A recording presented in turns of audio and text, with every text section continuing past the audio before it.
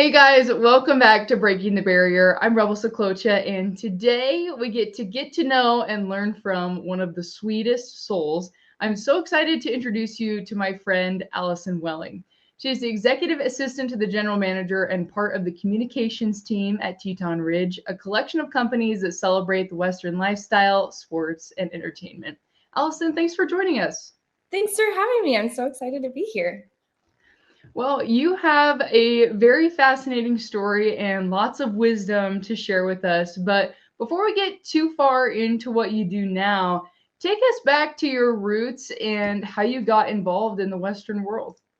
Yeah, so I actually didn't grow up in the Western world. My parents are both city people, actually. My dad was into cars. My mom grew up on the beach, and I came along and fell in love with horses. And so they started giving me horseback riding lessons at the age of 5, thinking that it would be just a phase. And shockingly, it wasn't a phase. I ended up falling in love with horses in general. Grew up in 4-H, and I raised market animals. And then I also showed horses the entire time, as well as showing in breed shows.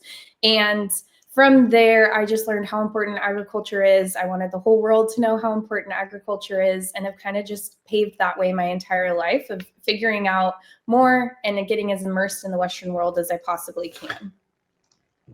Awesome. Well, I think it's very cute when parents are like, "Oh yeah, this is just going to be a Yes. phase," because it's never just a phase. It No. never works like that.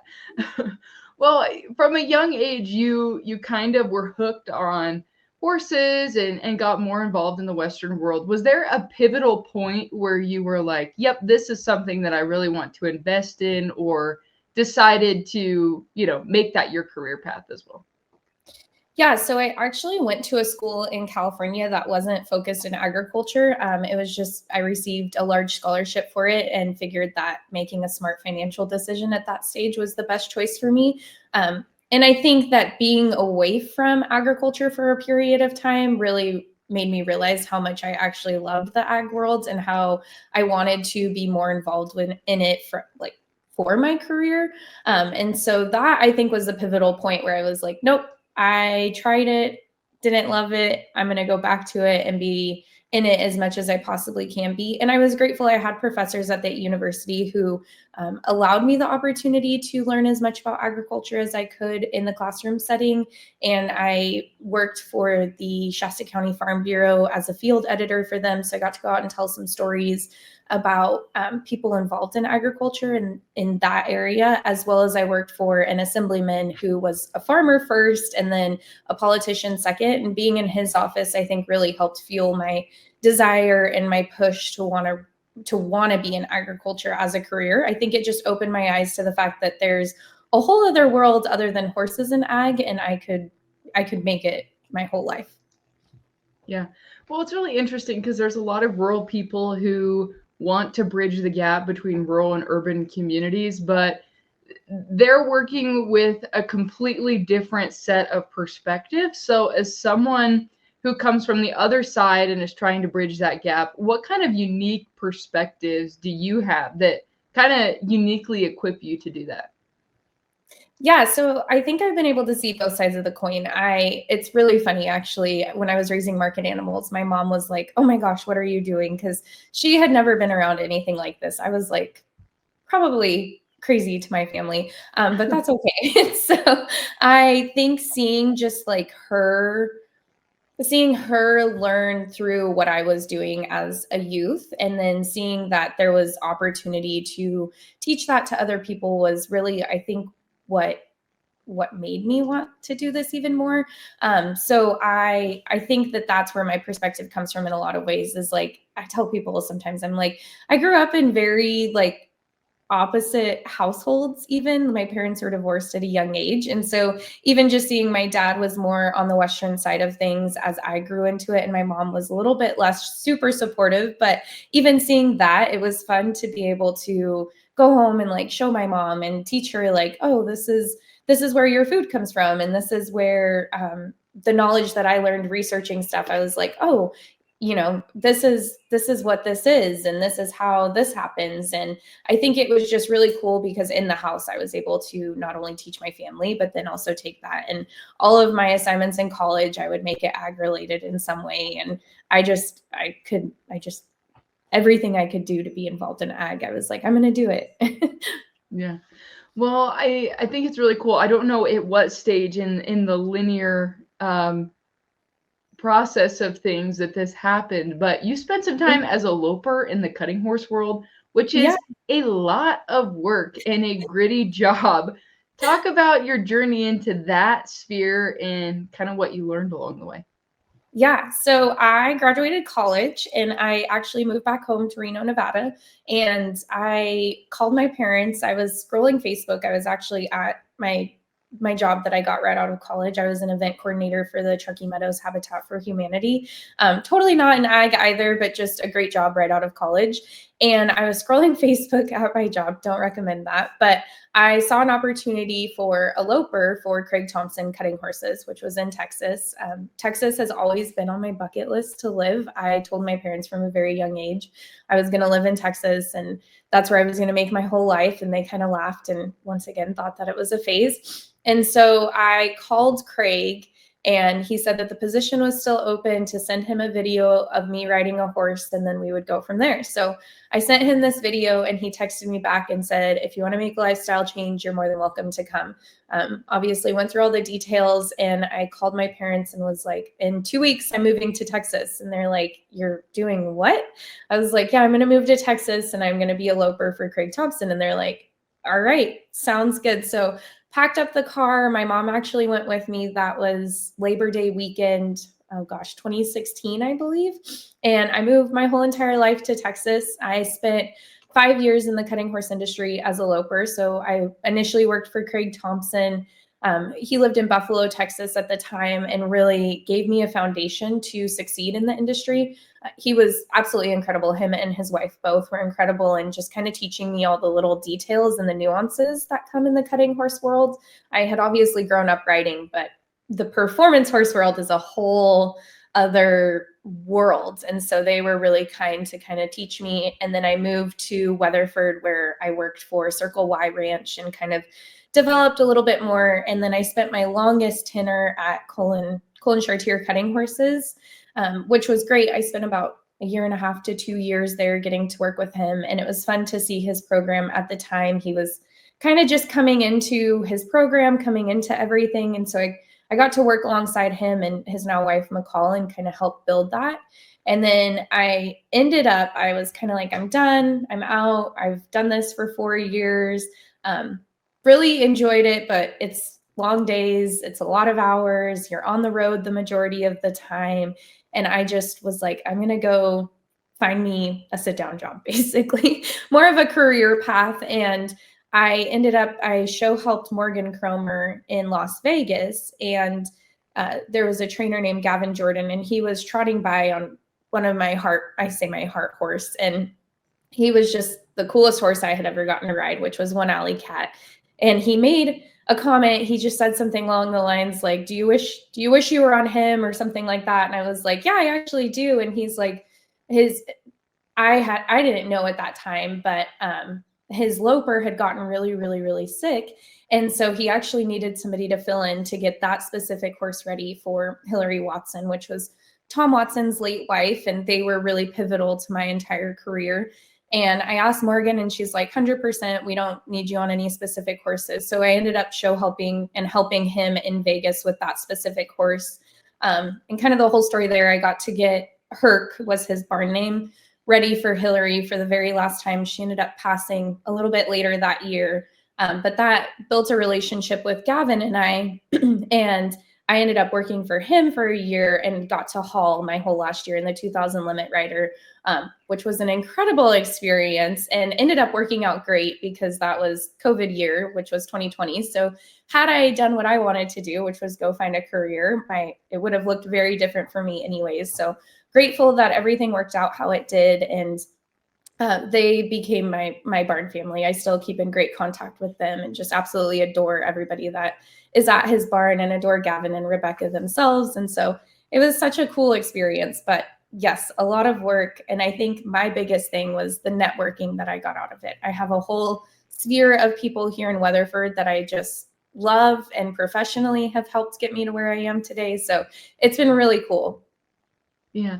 What I love about that is all these doors opened up for you because you were willing to do the gritty thing. And I think Yeah, that a lot of times we sit around and wait for a door to open for us when really we just need to apply some elbow grease to get there. So at 100%. that point, after you've been immersed in the show world and you've had all these experiences, at what point did you say, okay, now it's actually time that I go get a quote unquote career? Yeah. So I finished hauling and I ended up actually making the top 15 in the 2000 limit riders. So in the cutting world, you haul all year, and then the top 15 make it to the world finals, which it takes place at the Futurity in November, December each year in Fort Worth. And so I ended up making that top 15, which was crazy in and of itself because I almost got knocked out in like the last 2 weeks of the hauling year, and had some people jump in alongside me and kind of help me make sure I like crossed the finish line well. So that was incredible. And I think that it was kind of the culmination of my entire time loping horses, where it was like, I've done everything I can do. I've accomplished what I've personally wanted to accomplish. I've met the people I want to meet. And I think it was the realization like, okay, I'm ready to, I think even in my own life, just settle down a little bit more. I will say when I was hauling and when I was even just as a loper, like I was out of town more than I was in town. And I was just really craving like community and getting more immersed in what Weatherford really was and less in the cutting world, where it was like, I just want to be here and be present and really enjoy where I'm at more than being on the road all the time. So I think that was my final realization where I was like, okay, I'm ready to just slow my life down a little bit. It's been a great ride, but I'm ready to just chill some. Yeah. Well, I also think that transitions can be really scary for anyone, but especially for young women at the stages that we are in life. Every change, at least from my vantage point, you're probably much braver than I. I always just get so much anxiety about transitions, hoping that they go well Yeah. and all that stuff. So you make that decision, you're ready to make a transition. Was it a straight shot to your role at Teton Ridge, Nope. or what was the path like after that? Yeah. So I kind of finished the loping world and then I went to a vet clinic. And so I worked for Regatta Equine here in Weatherford. I had a couple friends that were working there and they connected me with the office.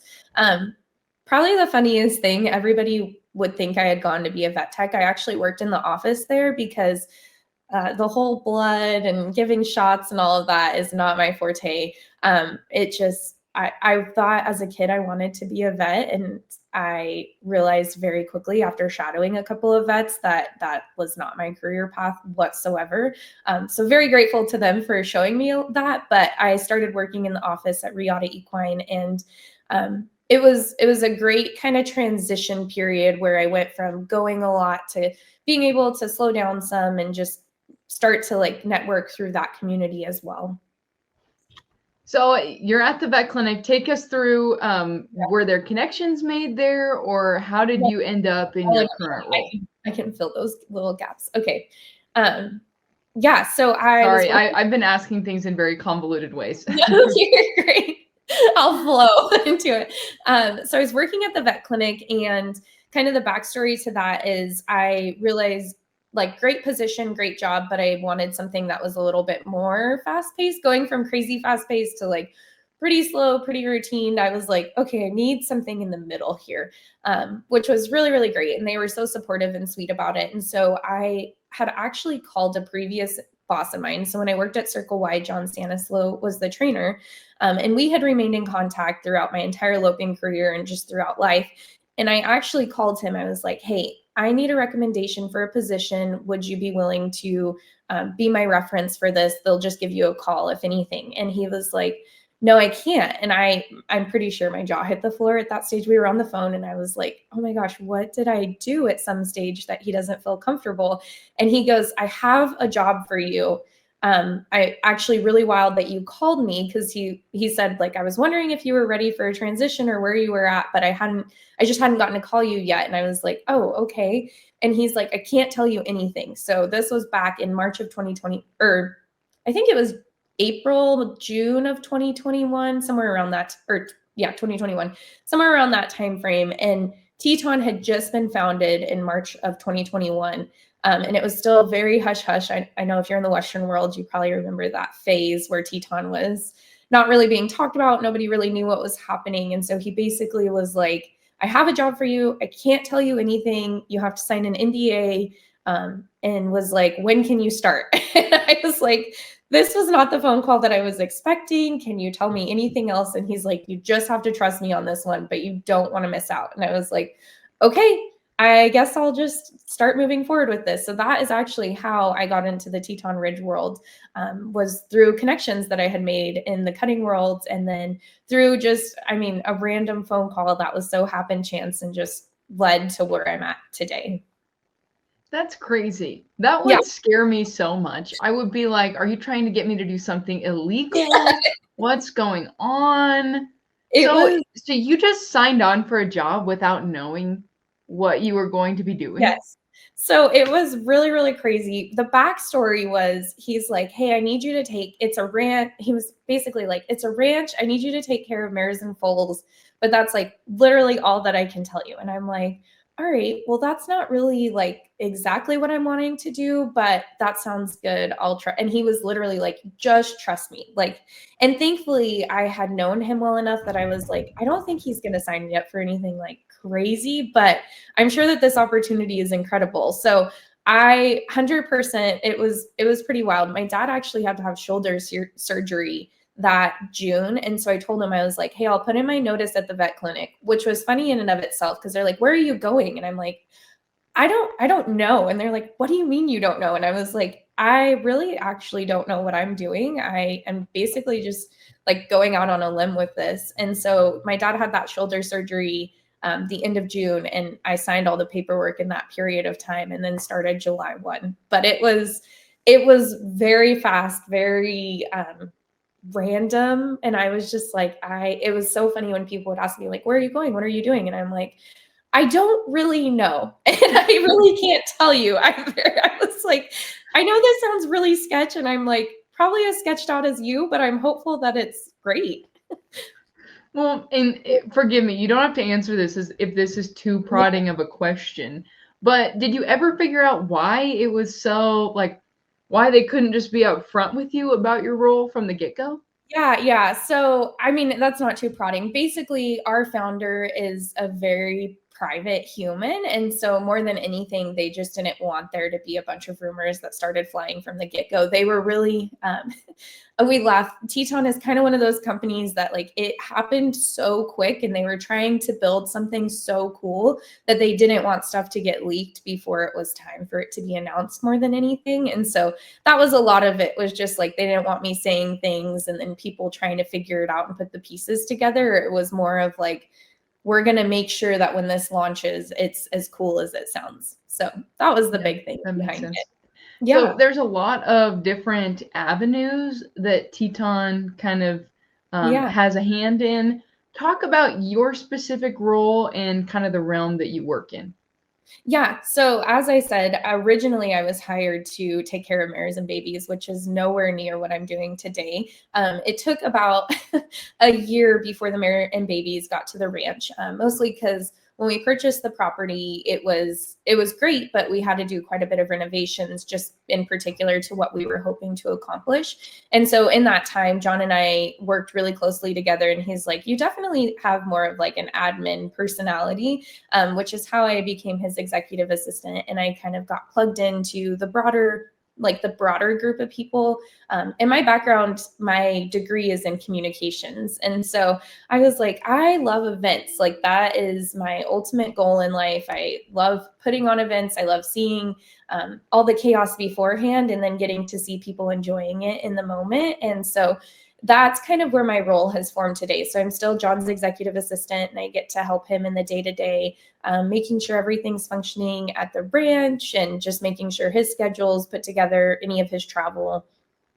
basically anything that covers him, I handle. But then I also, on the flip side, and probably the most fun side, is I get to host a bunch of events. So specifically for the ranch, I get to host tours. I get to host our draw party that we just had for the American Performance Horsemen, which is happening in July. And then I also get to work closely with the American Performance Horsemen team to help build the event that we're putting on in July. So I'm working with VIPs really closely to make sure any of their needs are met, their tickets are given to them correctly, and then I'm getting to work close with Josh, who's the director of the Performance Horsemen, just to make sure all the little nitty gritty details are lined out so that when that event takes place, it's ready and good to go. So the last 2 years that's happened in Globe Life Field during the American Western Weekend, and it has been so fun, but I am excited to see it kind of take off on its own and be in Dickies this next year, and to also be like a core part of the team getting to make it happen. But it's been wild. I feel like in Teton itself, I've kind of been in a lot of different roles, and kind of, again, I just have been the person that it's like, yeah, I've been here a long time. I can probably figure that out and make it happen. And so it's been really, really fun. It's been really cool to see the company grow to what it is today. If you had told me that almost 4 years ago now, I would have laughed. I would have been like, there is absolutely no way. So to see it today, to see how it's expanded has been so fun. And it's fun to see what it's doing in the Western industry and how many people are intrigued. I think one of my biggest career highlights is I got to be a part of the cutting demonstration that took place in New York. I don't know if you saw that, but it went viral on TikTok with Adon and Bella Hadid. And I think that was probably the craziest idea we've ever had, but one of the coolest things that happened. And that was with Marcy and Olivia, who work more on the fashion and events team with Cowboys and Indians. But they did the whole Windows to the West premiere. And they're like, what if we had Adon ride a horse, do a cutting demonstration in the streets of New York? And we're like, yeah, let's make it happen. And so we brought in all this dirt. We had the street shut down, put up a flag. Probably one of the coolest moments was seeing a cutting horse in the streets of New York with all of these people who probably had no clue what a cutting horse was. And that was definitely my career highlight. So I've really enjoyed it, and this wild ride we've been on. Yeah. What would you say is the most rewarding part of what you get to do every day? Yeah, I think the most rewarding part every day, oh goodness, probably the most rewarding part is getting to see the impact that Teton is making in the Western world. And the people who have said to me, I had no clue what a cutting horse was, what a ring cow horse was, anything. I'm more on that side of the world than the rodeo side, which I know is probably more of the known side of Teton Ridge, but getting to interact with people who otherwise wouldn't have had an opportunity to learn about this industry has been so fun. I've gotten to host tours there at the ranch with people from all walks of life. So anywhere from youth to city of Weatherford officials. And it has been so fun to be like, yeah, we do this on a day-to-day. There's a whole operation out here. And just to get to see and immerse people in this way of life has been so fun for me. And we have a whole production on the ranch. We have, it's a full working ranch. So to get to explain that to people and kind of, again, back to my roots, get to bridge the gap between rural and urban in a way that we're 25 minutes outside of town. So it's not that far, but there's still a lot going on, and kind of to teach people that has probably been the highlight. Yeah. Well, I think it's really powerful to hear your progression through all of your different roles and then see where you are now, because so often it's easy to look at someone in a cool role and just assume that it was an overnight thing, which is very rarely the case. And obviously, work is a big part of your life, but it's not all encompassing. You have other things in your personal life and hobbies that bring you joy as well. I know running is a big passion of yours. I would love for that to rub off on me, maybe eventually. But tell me a little bit about your life outside of work. Yeah, so I founded Weatherford Run Club. It's been a little over a year now.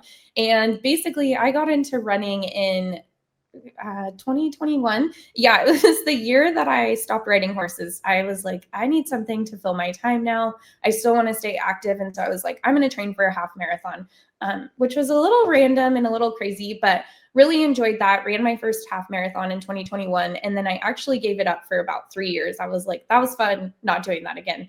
And then I got the bug again, I think 22-ish. I ran another half marathon, or I guess 2023. We're in 2025. So 2023, I kind of caught the bug again. Ran a half marathon, and I was like, it's always been a goal of mine to run a full marathon. Just in the back of my head, it was there.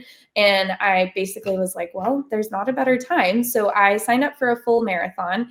And in that, I was driving into Fort Worth consistently, which it's only about 30 minutes, but it adds up over and over. And there was a running club in Fort Worth called Social Running that I absolutely adored. And I was like, man, we need something closer to where I'm at in Weatherford. And so I was talking to a friend, and she was like, well, why don't you just start it? I had Googled and researched and tried to find a running club here in Weatherford, and nothing was popping up. And so she was like, well, why don't you just do it? And I'm like, I can't do that. And she's like, you need to do it. So I basically put out on Facebook, I was like, hey, we're going to start this group. It's called Weatherford Run Club.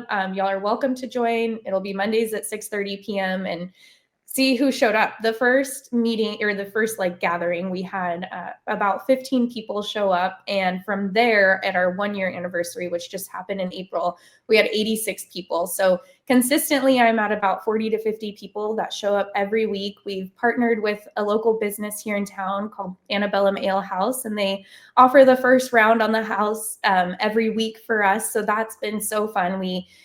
I think my biggest goal with it was not to just have a running group, but to have a community of people. And so it's been so fun to see it grow into it. Like I text people from my running group all the time. We're always bouncing ideas off of each other. But basically what I learned is when you are around people that have the same mindset as you probably lead into crazy ideas, which has happened for a lot of people. They're like, I want to train for a marathon. And I'm like, do it. And so it's been fun to see people going from running just a couple of miles to now looking forward to their first marathon or their first half marathon. And then that also led into, there's a little coffee shop here in town that I probably frequent a little too often. They've joked that they're going to start charging me rent instead of charging me for coffee because I am in there so often. But we were talking, and I was like, yeah, I have a running group, and just offhanded. And they're like, you do? And so we meet on Saturdays as well. So we have our Monday meeting now, and we have a Saturday meeting at the coffee shop. And it's just been fun to kind of combine so many worlds together and just build such a fun group of people that love to get together, love to run, love to eat, love to drink, and drink coffee. And so we've been having a blast. That's awesome. Well, I think that everyone wants a village, but not everyone wants to be a villager. And that's really Yeah. what you are doing in cultivating community. What advice would you give to someone who maybe not is looking towards starting a run club, but wants to foster some community in their local town? Yeah, I honestly do it. Like I had no clue what I was getting myself into. I'm honestly, as crazy as it sounds, I'm pretty, I wouldn't say introverted. I think I've learned I'm a little bit more of an extrovert, but I was kind of the person who would stand in the back of the room, and I don't really want to get into like the depth of the room more than anything. And so what I realized is somebody has to take the leap. And so it was funny when I actually started the running group. I put it out in a couple of channels, and somebody had mentioned that there had been a group before. And of course I was like, oh my gosh, I'm not trying to step on toes. And they were great to be like, no, we had tried for a long time, but it just didn't work for us. And like, we wish you the best in it. But I think the biggest thing that made us last and has made us, I wouldn't say stand out, but has made the group great is the consistency. And that is something that I learned from Social Running. Jeanette is the leader there. And basically she said, every Wednesday and every Sunday, we are showing up here. You can show up with us, but we will be here. And so that's what I've done is every Monday and every Saturday, our group will be present at these two locations. If you show up, great. We would love to meet you and love to interact with you, but people can count on it. And I think that that's been the biggest thing. And probably my biggest push to other people is like, be consistent about it. Don't do it every once in a while. Don't kind of throw it out there and hope it sticks. Like, really be consistent, and that is what will build that community. That's great advice. Well, you had the honor of being named to Cowgirl Magazine's 30 Under 30 Me list, which too. we just celebrated last April. What did that honor mean to you in terms of both personal and professional growth? Yeah. Yeah, that honor meant a lot to me. So I'll be honest, I had actually applied the year before and not been accepted to the class. And it was a little bit of I wouldn't say a confidence shaker, but it did hit me a little bit where I was like, man, maybe I'm not meant to be in this room. So I actually applied this past year. I wouldn't say on a whim. Like, I put a lot into my application, but this last time that I applied and was accepted, I didn't tell anyone. I was like, I'm just going to do this and see what happens. And I am so grateful that I did. I would say that the group of women, the sisterhood that we're in now, has been so special. So even getting to meet with you, there's a couple other girls that I've gotten to connect with since the event. And even at the event itself was so amazing. I think walking into that room, I had read all the bios of everyone and I was like, okay, I kind of know who these girls are. And also having that moment where I was like, I don't know if I belong in this room. Like, the things that these girls have accomplished and who they are and what they've done and how many years that they've been in agriculture. They're like fifth generation on the ranch. I was like, man, this is intimidating. But walking into that room was probably one of the most welcoming moments that I've ever had in my life. I think every girl felt similar. And it was so fun to see us all bond over a common shared experience of the application as well as being accepted into it. And I think in my career, it's just been fun to also, again, have the opportunity and another platform to just share what this industry is and how incredible it is. And it's been funny in my running world. They're like, what are you doing? And like, who are you? And so it's been fun to be like, this is the incredible opportunities that I've had, and this is what agriculture is. And it's just another way to get to share something that I am so passionate about. Yeah. Well, your story is so inspiring because I see it as just taking one risk after another and letting them all compound on each other. What advice would you give someone who is maybe in an uncertain spot career-wise right now? Yeah. I think my biggest piece of advice, and probably the thing that has gotten me to the places that I am, is the Lord will never let you miss out on an opportunity that's meant for you. And so I think that that's been the biggest thing in my life is I I have prayed about a lot of things, and I've told the Lord what my life will look like, and I'm sure many of us have. And it has been so funny to see the way that He has routed my steps. And I would say more than anything, use your network, take the opportunities that are given to you, say yes. I mean, the opportunities that have been given just because I was willing to say yes and jump into things has been incredible. Some of them weren't great. Some of them I was like, I never want to do this again. But they also open the door to be able to go places that I never could have imagined. But I think my biggest piece of advice is just know that the opportunities meant for you will not miss you. Awesome. Well, Allison, this has been so fun. I'm so glad we got the chance to sit down and connect in this way. Is there anything that we've missed that you'd like people to know? Man, I don't think so. I'm just so grateful for this. And I'm so grateful that we met through the 30 Under 30 class. Again, it was just an opportunity that I had no clue. And the girls that were in it have been incredible. So I'm glad that we got to catch up and chat more, and appreciate you telling part of my story. Well, once again, that's Allison Welling. She plays a crucial role at Teton Ridge, helping expand opportunities in the Western world. She is an incredible advocate for rural communities, and we're certainly lucky that she shared some wisdom with us today. If Thank you enjoyed this episode, feel free to share with a friend, and a friendly reminder that all episodes are also available to watch on YouTube. Thanks for tuning in, and we'll catch you next time.